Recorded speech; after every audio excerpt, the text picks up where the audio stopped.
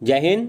मैं सौरभ और आज रक्षाबंधन है तो आप सभी को भाई बहन का त्यौहार रक्षाबंधन की बहुत बहुत शुभकामनाएं। आज हम आपके साथ जुड़ रहे हैं डेली ड्यूज संख्या 307 में और आज तारीख है 3 अगस्त 2020। आज से संबंधित जितने भी करंट अफेयर्स के इंपॉर्टेंट क्वेश्चंस बनते हैं उनको लेकर हम आपके सामने उपस्थित हैं। साथ ही साथ इस करंट अफेयर से जो भी स्टैटिक के प्रश्न रिलेट होंगे हम उनका भी इन डिटेल एक्सप्लेनेशन देते रहेंगे। ठीक, हमने पिछले डेली ड्यूज संख्या 306 में एक प्रश्न आपसे पूछा था, नई राष्ट्रीय शिक्षा नीति 2020 किस समिति की अनुशंसा है। बहुत सारे लोगों ने सही जवाब दिया था, उत्तर होगा कस्तूरी रंजन समिति। और मैंने नई राष्ट्रीय शिक्षा नीति को डेली ड्यूज संख्या 305 के प्रश्न संख्या 9 में इन डिटेल डिस्कस करा है, जो कि लगभग 3 से 4 मिनट का कंटेंट है। तो आप वहां से जाकर के देख लीजिए और इसके बाद श्योर रहिए कि आपके आने वाले एग्जाम्स के लिए नई शिक्षा नीति से उससे बाहर प्रश्न नहीं बनने जा रहे हैं। बढ़ते अपने आज के पहले प्रश्न की तरफ। राष्ट्रीय शिक्षा नीति 2020 के तहत बने राष्ट्रीय मूल्यांकन केंद्र का नाम क्या है। उत्तर है परख। इसको भी मैंने इन डिटेल डेली ड्यूज संख्या 305 के प्रश्न संख्या 9 में बता रखा है, आप वहां से जाकर इसकी जानकारी ले लेंगे। बढ़ते अपने दूसरे प्रश्न की तरफ।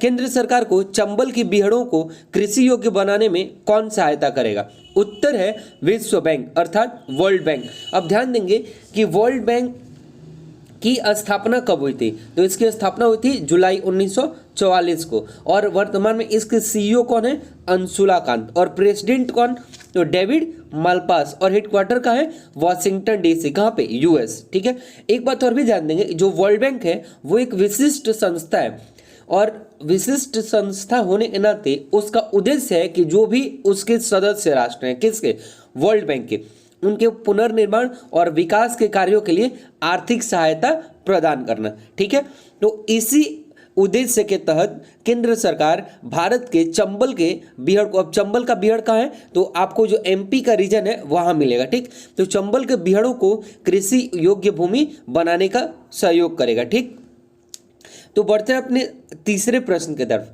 किस खेल के प्रचार एवं विकास के लिए स्पेशल रिकंस्ट्रक्शन कोर्स लागू किया जाएगा। उत्तर है फुटबॉल। और जैसे ही फुटबॉल वर्ड आता है हम फुटबॉल से रिलेटेड जो भी स्टैटिक के प्रश्न बन सकते हैं उन पे फोकस करते हैं। ध्यान देंगे, सबसे पहला प्रश्न बना कि फुटबॉल को किस अन्य नाम से जानते हैं, तो फुटबॉल को सॉकर के नाम से भी जानते हैं। या फिर एक प्रश्न बना कि सॉकर किस खेल से संबंधित शब्द है, तो फुटबॉल। ठीक है, अब ध्यान देंगे फुटबॉल में प्लेयर जो होते हैं वो कितने होते हैं, 11। जबकि अगर कह दे रग्बी फुटबॉल, तो रग्बी फुटबॉल में प्लेयर की संख्या होती है 15। ठीक है, आगे बढ़ेंगे इसी में और ध्यान देंगे कि फुटबॉल को सर्वप्रथम यानी सबसे पहले इंग्लैंड में 19वीं सदी के मध्य में खेला गया, यानी कि 1800 से लेके 1900 के बीच में। ठीक है, अब एक बात और भी ध्यान देंगे कि फुटबॉल का जो सर्वोच्च निकाय है यानी जो सुप्रीम एजेंसी है उसकी, वो है फीफा, यानी FIFA। जैसे ही फीफा है तो आपको उसका फुल फॉर्म याद होना चाहिए, federation international D football association. ठीक है, एक बात और भी आप ध्यान देंगे कि सर्वप्रथम 1863 ईस्वी में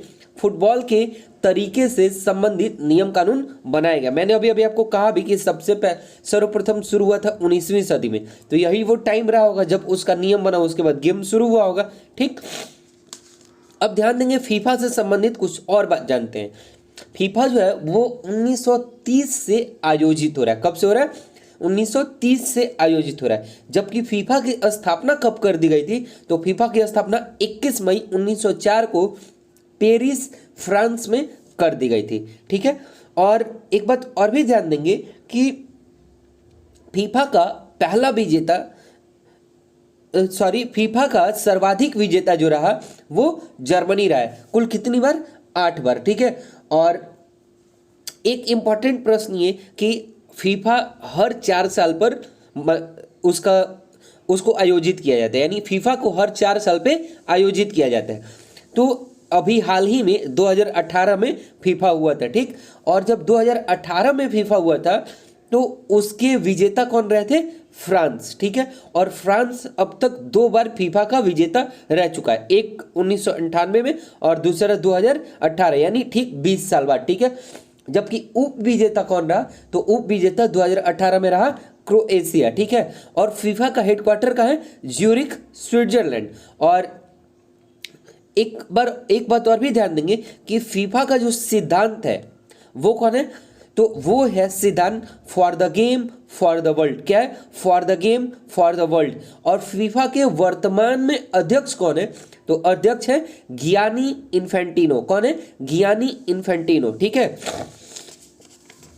तो इतनी जानकारी आपको फीफा से संबंधित प्राप्त हुई। बढ़ते अपने चौथे प्रश्न की तरफ। विश्व का सबसे बड़ा सौर ऊर्जा संयंत्र किस शहर में लगाया जाएगा? उत्तर है आबू धाबी, ठीक है, यानी यूनाइटेड अरब अमीरात के ही शहर आबू धाबी में लगाया जाएगा। अब ध्यान देंगे कि एक प्रश्न बन सकता है कि यह किस परियोजना के तहत लगाया जाएगा, तो यह लगाया जाएगा अल धफरा सौर पीवी परियोजना के तहत। अब पीवी का फुल फॉर्म क्या होगा? फोटोवोल्टिक परियोजना के तहत, ठीक है। तो आप इस परियोजना का नाम जरूर याद रखेंगे। अब एक बात और भी ध्यान देंगे कि कुछ ही दिन पहले यूएई ने अपना पहला मंगल मिशन होप लॉन्च किया था। तो ये प्रश्न यहाँ से यह बन सकता है कि यूएई ने अपना पहला मंगल मिशन किस नाम से लॉन्च किया था, तो वो नाम होगा होप, HOPE। एक बात और भी ध्यान देंगे कि इसका काम क्या होगा, तो यह दैनिक एवं बदलते मौसमी हालातों का अध्ययन करते हुए मार्टियन वातावरण की पूरी जानकारी देगा, ठीक। अब एक प्रश्न ये बनेगा कि इसको कहां से लॉन्च किया गया, ठीक है, यानी किस अंतरिक्ष केंद्र से, यानी किस स्पेस सेंटर से लॉन्च किया गया। तो यह लॉन्च किया गया जापान के तनेगाशिमा अंतरिक्ष केंद्र से, ठीक है। एक बात और भी ध्यान देंगे कि ये जो यूएई ने पहला मंगल मिशन होप लॉन्च किया है वो 7 माह की यात्रा तय करके फरवरी 2021 में मंगल की कक्षा में प्रवेश करेगा, ठीक है। और इससे प्रवेश करने तक ट्रैक कौन कर रहा है, तो दुबई के मोहम्मद बिन राशिद अंतरिक्ष केंद्र, ठीक है। अब जब इतनी बात हम यूएई के बारे में जान लिए तो हम एक बार रिपीट कर लेते हैं कि यूएई के राष्ट्रपति कौन है। उत्तर है शेख खलीफा बिन जायद अल नहयान। और यूएई की राजधानी कहाँ है? Abu Dhabi. और यूएई का मुद्रा क्या है? यूएई दिरहम। क्या है? यूएई दिरहम। तो इतनी जानकारी आपको इस प्रश्न से मिलती है। बढ़ते अपने अगले प्रश्न संख्या 5 की तरफ। किस राज्य में आम नागरिकों के लिए हेलीकॉप्टर सेवा शुरू की गई है? उत्तर है उत्तराखंड, ठीक है। अब उत्तराखंड जैसे ही आया तो हमारे दिमाग में आना चाहिए कि जितने भी जैसे नैनीताल, राजस्थान, इस तरह के ताल वाले जो जगह हैं वो लगभग कहाँ आएंगे? उत्तराखंड में। अब उत्तराखंड के मुख्यमंत्री कौन है वर्तमान में? त्रिवेंद्र सिंह रावत। और राज्यपाल कौन है? बेबी रानी मौर्य। तो ये तो थी पहले से भी जानकारी हम जानते थे। अभी जो यह हेलीकॉप्टर सेवा शुरू की गई है इसका पर्पज क्या है, तो ध्यान देंगे कि 2016 में केंद्र सरकार द्वारा एक योजना शुरू की गई थी। कौन? उड़ान। और UDAN, उड़ान का फुल फॉर्म क्या होगा? उड़ेगा देश का आम नागरिक, ठीक है। तो इसको हमारे प्रधानमंत्री ने इस योजना को शुरू करा था। अब ध्यान देंगे कि इसी योजना को प्रभावी बनाने के लिए पवन हंस ने, ठीक है, देहरादून, नई टिहरी, श्रीनगर, गोचर, देहरादून मार्ग पर RCS उत्तराखंड मार्ग की शुरुआत करी है, ठीक है। और इसके तहत देखिए होगा क्या, ये हेलीकॉप्टर सेवा सप्ताह में 3 दिन के लिए शुरू करी गई है। और इसके तहत जो पहाड़ी इलाके हैं वहां पर पहुंचने के लिए उसको आसान बनाया जाएगा तथा यह भी प्रयास करेगा गवर्नमेंट कि इसके जो खर्च हैं वो कम से कम लागत में आए, ठीक है। और इसके तहत उड़ान जो केंद्र सरकार की योजना है उसको भी बल मिले। तो बढ़ते अपने अगले प्रश्न संख्या 6 की तरफ। आइवरी कोस्ट के नए प्रधानमंत्री कौन नियुक्त हुए हैं? उत्तर है हमेद बकायोको। कौन है? हमेद बकायोको। अब ध्यान देंगे कि ये जो हमेद बकायोको हैं ये प्रधानमंत्री होने से पहले अंतरिम प्रधानमंत्री के रूप में कार्य कर रहे थे। साथ ही साथ यह जो आइवरी कोस्ट है वहाँ के रक्षा मंत्री थे। क्या थे? रक्षा मंत्री थे। और जो आइवरी कोस्ट के प्रधानमंत्री का अचानक निधन हो गया था, ठीक, उनका नाम क्या था? अमादोउ गोन कोल्डी बाली। क्या था?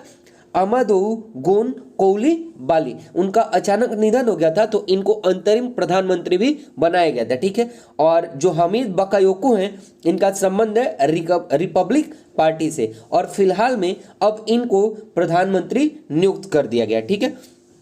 तो आइवरी कोस्ट के राष्ट्रपति कौन है? राष्ट्रपति हैं अलासेन ओतारो। कौन है? अलासेन ओतारो। और राजधानी कहाँ है? यामोसुक्रो। कहाँ है? यामोसुक्रो। और मुद्रा क्या है? West African CFA franc. यहाँ तक कि यहाँ की ऑफिशियल लैंग्वेज क्या है? तो वो भी है फ्रेंच। तो मुझे लगता है कि इतनी जानकारी आपके लिए इस प्रश्न के लिए सफिशिएंट है। बढ़ते हैं अपने अगले प्रश्न संख्या 7 की तरफ। कौन सी सबसे मूल्यवान लिस्टेड कंपनी पहले स्थान पर है? उत्तर है एप्पल। ठीक है, और एप्पल जो है आप सभी को पता है कि मोबाइल या इलेक्ट्रॉनिक्स के रूप में काम करने वाली कंपनी है। ठीक है, अब ध्यान देंगे कि एप्पल का जो हेडक्वार्टर है वो कहाँ है? क्यूपरटिनो कैलिफोर्निया। और कहाँ है ये? किस जगह पे है? तो USA में। और इसको फाउंड कब किया गया था, यानी इसकी आधारशिला कब रखी गई थी? तो इसकी आधारशिला रखी गई थी 1 अप्रैल 1976 को। और इसके चेयरमैन कौन है? Arthur D Levinson. इसके CEO कौन है? Tim Cook. और ये नाम आपके लिए बहुत ज्यादा फैमिलियर होगा।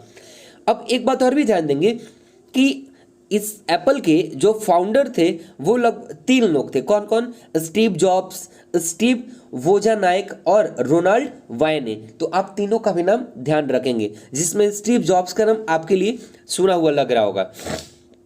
इस प्रश्न से आपको इतनी जानकारी प्राप्त होती है। ठीक है, बढ़ते अपने अगले प्रश्न संख्या 8 की तरफ। Guinness book of world record में शामिल सबसे उम्रदराज फ्लाइट इंस्ट्रक्टर एवं सक्रिय पायलट कौन है? उत्तर है कैलिफोर्निया की रॉबिना ST, जिनका उम्र कितना हो रहा है? 99 वर्ष। ठीक है, तो आप इनका नाम याद रखेंगे, रॉबिना ST। बढ़ते अपने अगले प्रश्न संख्या 9 की तरफ। आंध्र प्रदेश की 3 राजधानियां कहाँ कहाँ होंगी? उत्तर है विशाखापट्टनम, कुर्नूल एवं अमरावती। आप सभी को पता है कि 2014 में जब मोदी गवर्नमेंट बनी उसी समय आंध्र प्रदेश से तेलंगाना अलग हुआ, और इस तरीके से तटीय क्षेत्र पर आंध्र प्रदेश रह गया, जबकि कोई भी तटीय क्षेत्र नहीं लगता है तेलंगाना का। साथ ही साथ आंध्र प्रदेश हमारे देश का ऐसा दूसरा राज्य है जिसकी सबसे अधिक सीमा तटीय क्षेत्रों से या फिर समुद्री क्षेत्रों से लगती है। अब एक बात ध्यान देंगे कि जब ये अलग हुए तो आंध्र प्रदेश की राजधानी उस समय कहाँ थी? हैदराबाद। और 10 सालों के लिए प्रस्तावित राजधानी भी कहाँ है? हैदराबाद। तेलंगाना की राजधानी कहाँ रह गई? हैदराबाद। और तेलंगाना में कुल कितने जिले गए? 10 जिले, जबकि आंध्र प्रदेश को कुल 13 जिले मिले। अब एक बात यहाँ पे ध्यान देंगे कि हाल ही फिलहाल में आंध्र प्रदेश गवर्नमेंट ने इन तीनों जगहों को अपनी राजधानी बनाने का प्रस्ताव पारित कर लिया है। ठीक, अब देखिए जो विशाखापट्टनम होगा वो कार्यकारी राजधानी बनाई जाएगी, जबकि अमरावती विधायी राजधानी, यानी कि जो कानून से संबंधित बातें होंगी वो, और जो कुर्नूल है वो न्यायिक राजधानी बनाई जाएगी। ठीक है, तो इस तरीके से आप याद रखेंगे, ये जरूर आपके एग्जाम आने वाले एग्जाम्स के लिए प्रश्न बनेंगे कि आंध्र प्रदेश की विशाखापट्टनम कैसी राजधानी है? तो कार्यकारी है। ठीक है, यानी एग्जीक्यूटिव है। और अमरावती कैसी है? तो लेजिस्लेटिव है। और कुर्नूल कैसी है? तो न्यायिक राजधानी है। ठीक है, यानी लीगल है। अब इतनी बात आपको बहुत अच्छे से समझ में आ गई होगी। बढ़ते अपने अगले प्रश्न संख्या 10 के तरफ। हाल ही में समाजवादी पार्टी के किस राज्यसभा सांसद का निधन हो गया? उत्तर है अमर सिंह। ध्यान देंगे कि अमर सिंह सपा के सांसद थे। ठीक है, और एक समय था जब सपा में बहुत ही ज़्यादा पावरफुल हुआ करते थे। 2006 के लगभग में या 10 के लगभग में अमर सिंह को इन सपा से निष्कासित कर दिया गया था, लेकिन फिर घर वापसी हुई इनकी 2016 में और राज्यसभा सांसद चुन करके गए। ठीक है, इसके बाद पार्टी में उनका कद भी बढ़ा, लेकिन वर्तमान समय में उनका निधन हो चुका है। तो अगर आप उत्तर प्रदेश परीक्षा के लिए जाने वाले होंगे तो हो सकता है, क्योंकि अमर सिंह एक फेमस नाम रहे हैं।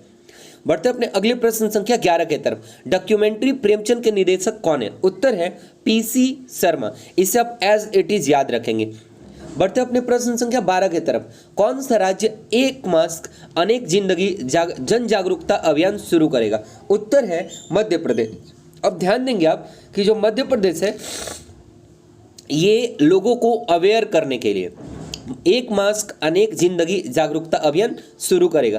कुल पूरे मध्य प्रदेश में यह अभियान 15 दिनों तक चलाया जाएगा, जिसके तहत लोगों को बताया जाएगा कि एक मास्क की वजह से आप कितने लोगों की जिंदगी को सेव करते हैं। ठीक है, और अभी आपको पता है कि वहाँ के जो मुख्यमंत्री हैं वो शिवराज सिंह चौहान हैं, और वहीं के अभी मैंने डिस्कस करा था जो राज्यपाल थे लालजी टंडन, उनकी मृत्यु हो गई या निधन हो गया, ठीक। और निधन के बाद अतिरिक्त प्रभार मिला आनंदीबेन पटेल को, लेकिन अपूर्ण रूप से राज्यपाल के तौर पे आनंदीबेन पटेल को मध्य प्रदेश के लिए नियुक्त कर लिया गया, ठीक है। साथ ही साथ आनंदीबेन पटेल उत्तर प्रदेश के भी क्या है, राज्यपाल हैं, ठीक है।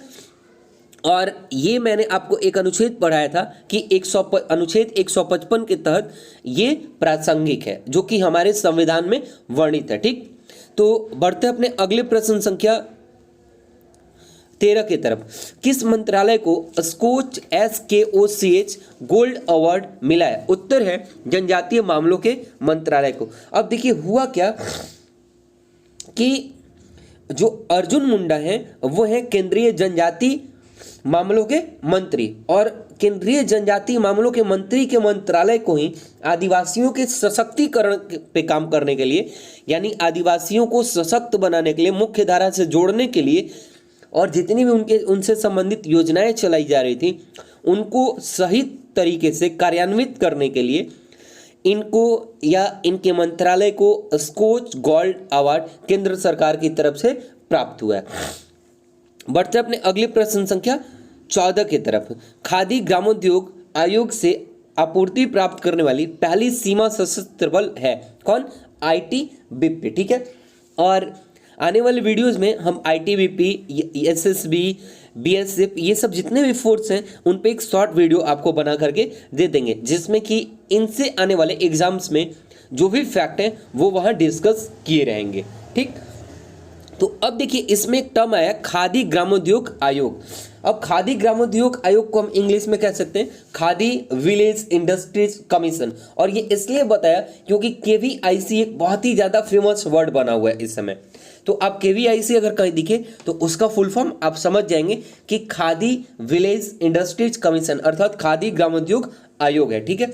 अब ध्यान देंगे कि संसद के खादी एवं ग्रामोद्योग आयोग अधिनियम 1956 के तहत भारत सरकार द्वारा निर्मित एक वैधानिक निकाय है, और खादी को ग्रामीण स्तर पर लाकर ग्रामीणों की स्थिति सुधारने के लिए बहुत पहले से प्रयास चला आ रहा है, और इसी खादी को प्रमोट हमारे गांधी जी ने भी करा था, जिसके तहत उनका मानना था कि अगर इसको बढ़ावा दिया जाए तो हर घर तक रोजगार को ईजिली पहुंचाया जा सकता है। साथ ही साथ जो अंत्योदय का कॉन्सेप्ट है उस तक ये इम्प्लीमेंट करा जा सकता है, ठीक। तो एक बात और भी ध्यान देंगे कि खादी ग्रामोद्योग का हेडक्वार्टर का है मुंबई में, और इसकी पेरेंट एजेंसी कौन है? तो इसकी पेरेंट एजेंसी है MSME यानी ministry of micro small medium enterprises, और MSME के बारे में मैंने पीछे के डेली डोज में डिस्कस करा है।